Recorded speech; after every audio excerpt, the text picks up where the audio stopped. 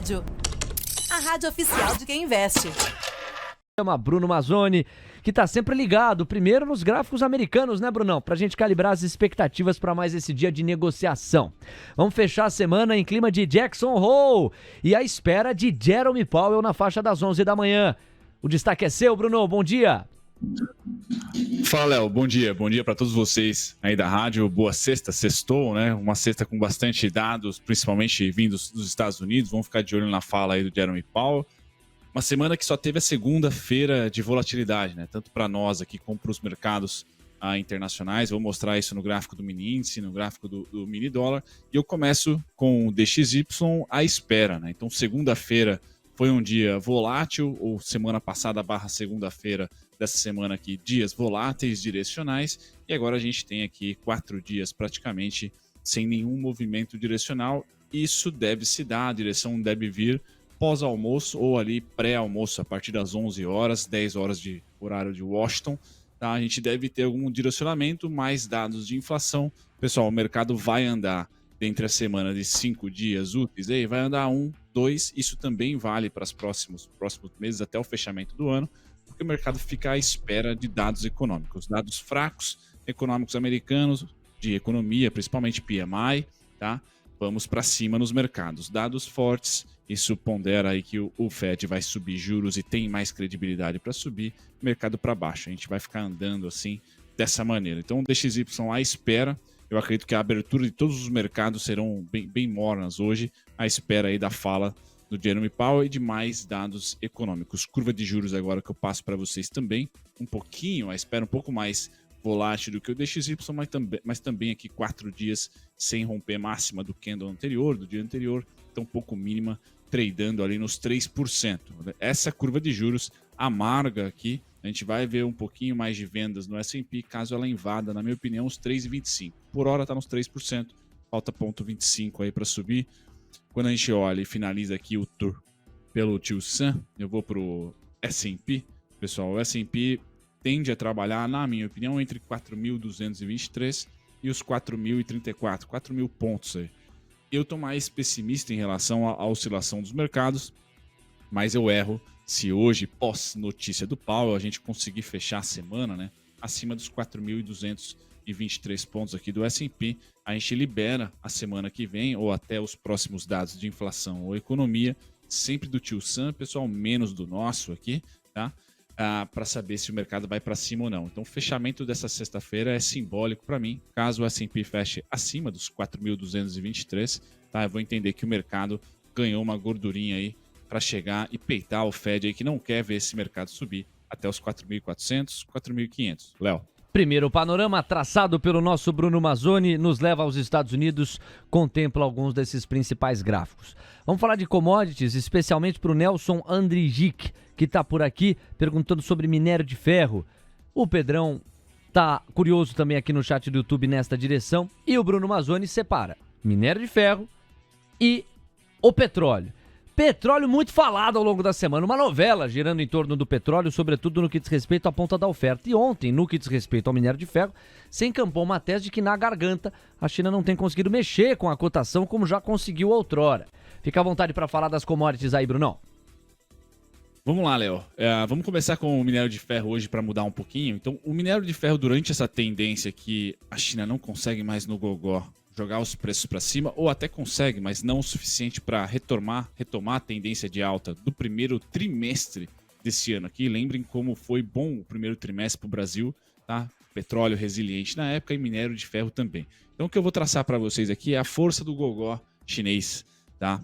Desde o finalzinho do primeiro tri, desde, vamos colocar ali, março em diante, pós-conflito geopolítico. Então, no gogó, dá um zoom para vocês do celular, a China conseguiu aqui fazer com que o minério de ferro estivesse dentro da tendência de queda. Por que queda? Porque dados econômicos fracos, juros subindo no mundo, menor demanda percebida no futuro, queda das commodities, tá? E o dólar muito forte, DXY já forte nesse período, tá? Então a China conseguiu aqui subir 31 dólares, 22%, depois ela conseguiu aqui 27 dólares, 22% de novo, e mais recentemente foi um pouquinho além aqui, 26%, mas ainda nesse range, né, de 25, tá, a 27 a 30 dólares, perdão, que ela conseguiu. Então, se você está otimista, e aqui tem que acompanhar um pouquinho de como está a dinâmica chinesa, tá? Ela dobraria esse alvo aqui. Nós subiríamos novamente 25 dólares, 26% dessa mínima feita aqui, ó, ou de qualquer mínima que venha a ser feita. O minério de ferro, então, representa o melhor upside, melhor do que, inclusive, o petróleo. Só que você tem que acreditar em algo que não aconteceu praticamente nos últimos 2 tris. Nós estamos caminhando aí para metade do terceiro tri, tá? A gente não viu 2 pernadas de alta via gogó, tá? Ou seja, via estímulo chinês, via corte de juros. Eu digo via gogó porque nenhum dado econômico, principalmente do setor imobiliário, construção civil, foi positivo durante esse período inteiro, pessoal. Então não tem ali fundamento presente, tá, para fazer com que o minério de ferro se precifique para o norte, tá? Agora, o mercado sempre vive de narrativa. Se a narrativa entrar de novo que nós vamos ter o corte de juros e que a China vai continuar a crescer, vai crescer os 4% até o final do ano, eu coloco o preço-alvo, respeitando ali de novo esses 26%, esses 30 dólares de alta, lá no 133, 138. Portanto, o minério representa o melhor upside. Só que a tendência natural é que ele caia, pessoal, porque nenhum dado de alta rotatividade chinês está mostrando que esse cara merece, vamos dizer assim, ganhar preço. Lembrando que o minério não tem problema nenhum de oferta, somente de demanda. Hoje, especificamente, ele abre com 2%. Então, vale, pessoal, vai se aproximar dos R$71. Hoje tem tudo para se aproximar na abertura dos R$71. Então, é uma abertura que nós temos uma grande companhia, uma blue chip, mais positiva. Você, Vale, Uzi Minas, Gerdau, tá? Companhia Siderúrgica Nacional, hoje estão mais tranquilos porque o minério de ferro acorda positivo para vocês. No caso do petróleo, chegou no nosso ponto também, bem no gogó, porque nada é oficial da OPEP de corte de produção. Saiu aqui da parte base do nosso cenário base, também é a melhor oportunidade para se especular, principalmente nas Junior Oils, aí, na PetroRio e na Enalta. E agora vem para metade, para o Rubinho aqui, já está no meio do caminho. Para mim, acima do 102, 104 é um problema para a Petrobras, não um problema para as outras small caps que vão muito correlacionadas com o preço do petróleo. Mas hoje, pessoal, estabilidade. Tá? Quanto mais duro o Fed for, o Powell for hoje, mais ele coloca para baixo o petróleo. E o petróleo é um pouco diferente dos dados de inflação e de economia, pessoal, porque tem problema de oferta. Dependendo do que falar o PEP, aí a gente não tem um calendário muito forte, a gente vai olhar para esse cara para cima ou para baixo, e se o Irã entrar no mercado, oficializar, sair o Biden lá e algum ministro das energias lá do Irã abraçados, esse petróleo vem para baixo. Qual que é o meu cenário para ele? Meio do caminho hoje, ele vindo para cima do 104, ruim para Petro, bom para o resto do setor, pode ir até o 111, certo? Então 111 seria o melhor momento para realizar o setor como um todo, e 91, 88, não só hoje, mas durante o ano inteiro, será o melhor momento para olhar para compras do setor. Nesse momento, meio do caminho, risco-retorno 1 para 1, Léo. Portanto, commodity do petróleo e minério de ferro devidamente contempladas aqui. Especialmente para o Richard Mendes, para o JHP, Nelson Andrigi, que falei dele, o Celção também está na área, e a gente dá sequência com os pontos do Dolfoot e do Indifut. Agora, me permita dizer aqui, com base no gancho que você mesmo trouxe, meu caro Brunão, se Vale tem tudo para buscar o 71, já que a commodity do minério de ferro auxilia isso ou fomenta essa projeção, Vale para cima, invariavelmente é bolsa para cima. O Ibov tem um forte peso de Vale na sua composição, então um pouquinho mais de estímulos aí ou de evidências para um dia positivo para a bolsa brasileira, pelo menos de saída. Vamos ver se isso tudo se confirma. Dolfoot e Indifut no seu radar, Bruno Mazzoni. Vamos lá, Léo, só uma pitacada rápida sobre a Vale. É o mesmo gráfico do minério de ferro, pessoal. Mesma coisa que o minério de ferro faz, a Vale vai atrás, vamos dizer assim. Então, dentro dessa expectativa que o minério pode ir até os 70, até os 138, 133, eu tenho a máxima da Vale aqui em 79, 79,96. Nesse momento, pipocando entre 94, 110, 111, é Vale, boa oportunidade, na minha opinião, em 61. Não muito, já meio do caminho, 66 nesse momento atual, e topo nessa semana para hoje, 71,95, e como o Léo falou, assina embaixo, é difícil vender bolsa, tá, com Vale para cima. O que pode acontecer hoje na bolsa, falando no mercado à vista, é que as varejistas enfraqueçam, tá? As varejistas talvez, e aí tem um grande volume em Via e Magalu, talvez ali não sejam grandes protagonistas. Bom, eu falei para vocês no começo aqui da minha participação que a semana só teve a segunda-feira de volatilidade. Segunda-feira foi volátil para o dólar, foi volátil direcional, vamos dizer assim, também para o índice, para o dólar para baixo, e depois compasso de espera. Né? A espera o quê? De dados, pessoal, inflação, tá? E também econômicos, principalmente do Tio Sam, não nosso aqui. Então, não eleição, por enquanto, faz preço, nada doméstico está fazendo preço aqui, curva de juros, etc. Não, curva de juros está subindo, Magalu subiu ontem também, Via também, então não está nada doméstico fazendo preço. O que está fazendo preço? CPI, PCI, PPI, que são os dados de inflação americana, e os dados econômicos, como também o PMI, qualquer dado que venha payroll, tá? Logo na primeira semana de setembro. Então, hoje é um dia para a gente sair dessa volatilidade aqui, desse compasso de espera. Tá? Dados fortes de inflação é ruim para a Bolsa, bom aqui para o dólar, porque deve fortalecer a moeda com um risco. Tá? Dados fracos, bom para a renda variável. Então, vamos olhar como esse Jackson Hole e também a fala do Fed impacta nos preços do dólar. De novo, 5,110, vocês já estão cansados de saber. Então, se abrirmos acima dele, o mesmo é suporte. Depois, 5,107,5 também tem ali. Tá? Cresceu o número de pontos próximos dos preços, pessoal, porque a gente está consolidado. Tá? 5,85, 5,85, 50,75,5 são os pontos de suporte. E o VWAP, o azulzinho aqui, ó, tem permeado as melhores oportunidades de compra durante essa indefinição. Hoje é dia para romper o azulzinho se vier, por exemplo, um Powell mais tranquilo e a gente não tiver ali dados de inflação fortes. Tá? Então é importante olhar para baixo, tá? 5,16, difícil hoje, mas vou colocar aqui se a volatilidade for muito forte, tá? E 4,962,5 seria ótimo a gente fechar a semana com um dólar abaixo de 5. Para cima, o oposto. Tomem cuidado, bateu aqui no nosso ponto de 5,149, tá? Tem o 5,138 como ponto fraco, o mais forte fica com ponto 5,160. E depois do 560, vamos de novo para a linha vermelhinha. Abre esse gap aí de uma boa oportunidade de compra. 5,207, 5,217,5. Eu sei que vocês que acompanham a rádio aqui a semana inteira, né? Acabam tendo que ouvir os mesmos pontos, pessoal, mas vira e mexe o mercado, acaba ficando consolidado. É isso que nós estamos vivenciando hoje, à espera de dados. Passando para o índice, pessoal, também é a mesma coisa, então aumentou o número de pontos aqui para vocês acompanharem, porque a gente está na iminência de mais uma tendência. É difícil acreditar que essa tendência vai se iniciar na sexta, tá? Então, o sinal dessa tendência pode ser dado hoje, se o índice, por exemplo, fechar acima dos 115.700, tá? Para a semana que vem, a gente vai olhar a abertura e provavelmente vai estar num viés mais comprador. Assim como se ele fechar abaixo dos 114.565, azeda. Tá? Como eu falei, a Vale pode andar sozinha, petróleo pode ter Irã e as small caps devem arrefecer um pouco. Então a gente vai ficar só com a Vale para cima.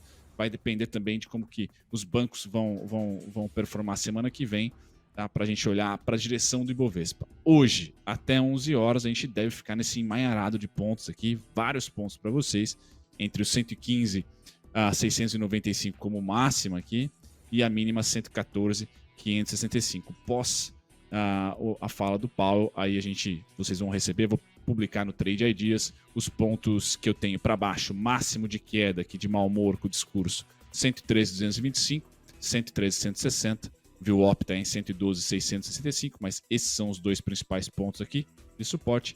E para cima, tudo deu certo, o mercado gostou, tá? A gente vai lá para os 116.905, 116.935, Léo.